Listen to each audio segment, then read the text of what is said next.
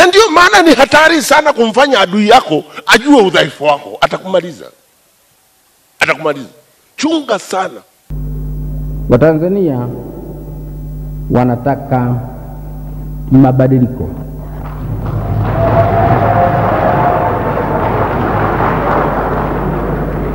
Wasipoyaona, wasipoyapata ndani ya CCM, watayatafuta nje ya CCM.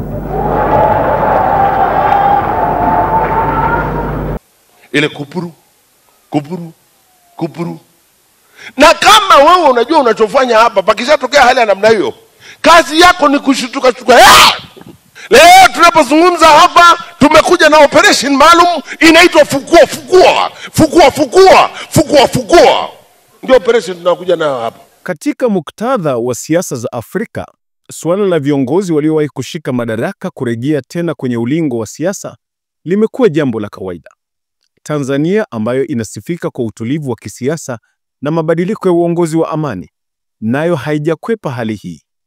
Hivi karibuni aliyekuwa mbunge wa Siha na waziri katika serikali za awamu zilizopita, Agrey Mwanri, ametangaza nia ya kurejea kugombea ubunge baada ya kipindi cha zaidi ya miaka 10 nje ya siasa za uwakilishi.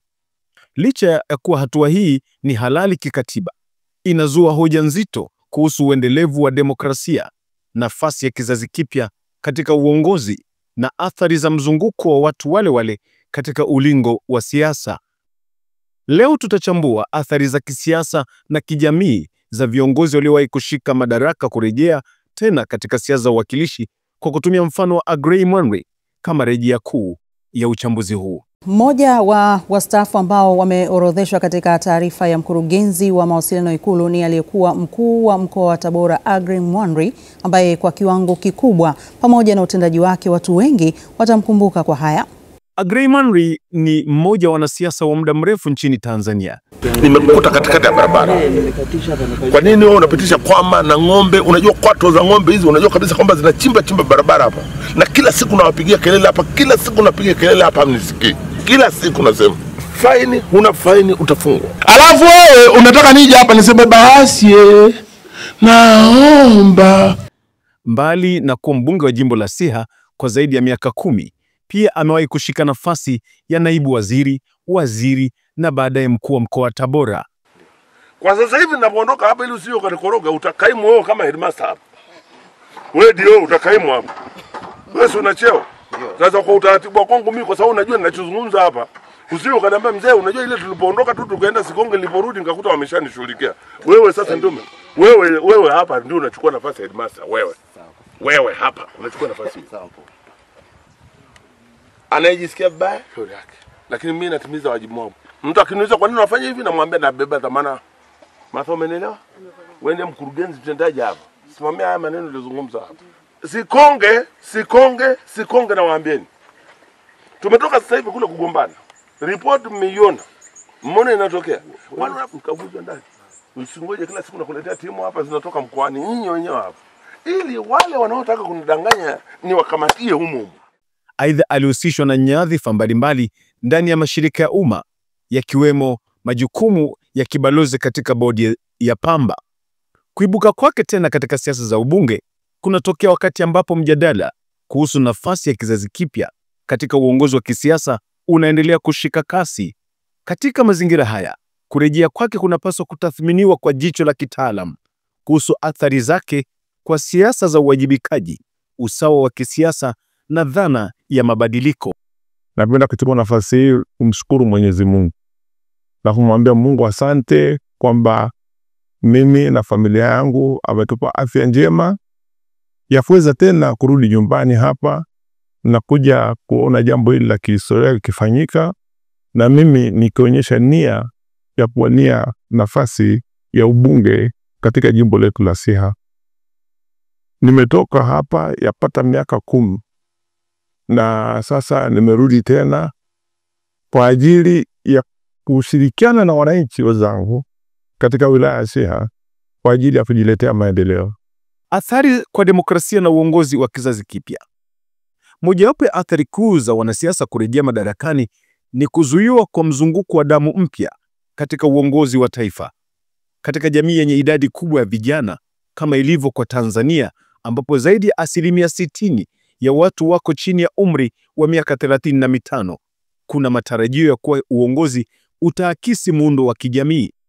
Hata hivyo, kurejea kwa viongozi wa zamani hudhoofisha dhana ya leadership renew, jambo ambalo linaweza kuzua hali ya kutoridhika kisiasa, hasa miongoni mwa vijana wanaotamani nafasi katika uongozi wa taifa. Vijana wengi kwanza tunakuwa hatujiamini kama tunaweza, ni kwa sababu pengine ya umri, tunajiona kwamba yeye bado wadogo, tunasubiri labda tutakapozeeka, lakini tunashindwa kuelewa kwamba kiongozi mzuri wa baadaye anaanzia akiwa kijana.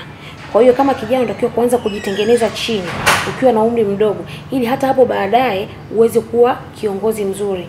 Kwa sababu tunaamini hata Mwalimu Nyerere alisaidia Tanzania tukapata uhuru akiwa kijana mdogo sana, na ndio maana aliendelea kufanya mambo makubwa hata alipokuwa mtu mzima, na mpaka leo tunamuenzi na tuna cherish yale aliyowahi kuyafanya. Sababu nyingine ni elite recycling na hofu ya mzunguko wa madaraka usioisha.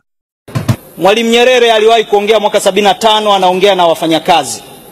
Alisema akiwaambia wafanyakazi, utii ukizidi unakuwa uoga, na siku zote uoga huzaa unafiki, na unafiki huzaa kujipendekeza, na hivyo huzaa mauti. Mwalimu aliendelea kuwaambia wafanyakazi, kama nyie watumishi wa umma kwa wingi wenu mmeshindwa kupiga kura ya kuwaondoa viongozi dhalimu, ni bora mfe. Na mimi nasema, na sisi kama CCM kwa wingi wetu tunashindwa kuishauri serikali kwa ukweli, hatuna sababu ya kubaki kuwa madarakani. Wanazuoni kama Nick Cheesman na Rally Diamond wamejadili dhana ya elite recycling, tabia ya tabaka tawala kurudia kushika madaraka bila kuleta mabadiliko ya kweli ya kisera au kimuundo.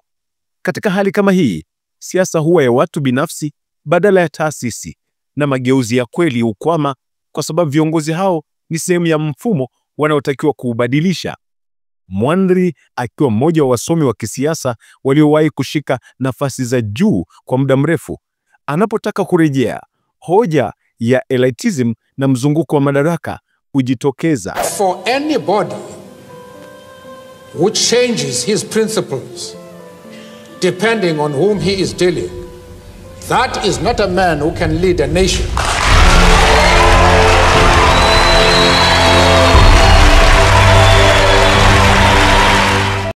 Katika mtazamo wa jamii, siasa kama ajira ya kudumu au huduma ya taifa ni swali ambalo unaweza kujiuliza. Kwa mujibu wa falsafa ya Mwalimu Julius Nyerere, uongozi ni huduma, si ajira ya kudumu.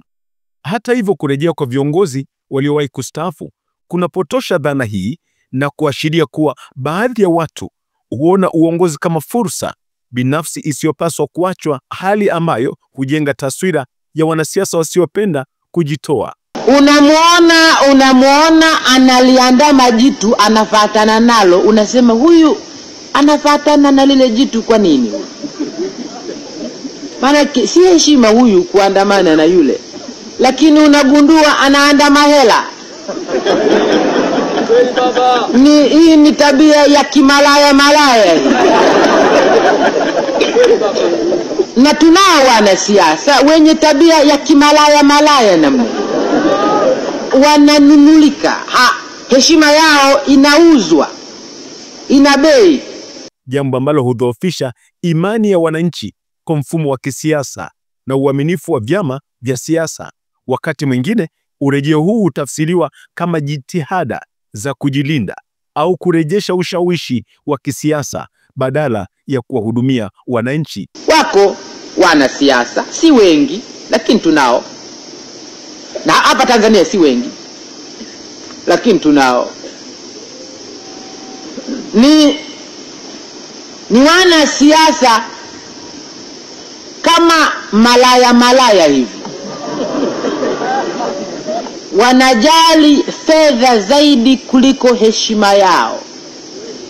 Wana tabia ya kimalaya hivi. Tukiangazia mifano ya kurejea kwa wanasiasa katika historia ya Afrika, mfano wa Agrey Mwanri si wa kipekee. Wanasiasa kama Raila Odinga wa Kenya wamekuwa wakigombea mara kwa mara kwa miaka mingi, huku wakiwa bado wanachukuliwa kama sura za mageuzi. Viongozi kama Muhammadu Buhari wa Nigeria waliwahi kuwa viongozi wa kijeshi miaka 1980 kisha kurejea tena kama viongozi wa kiraia miaka 30 baadaye.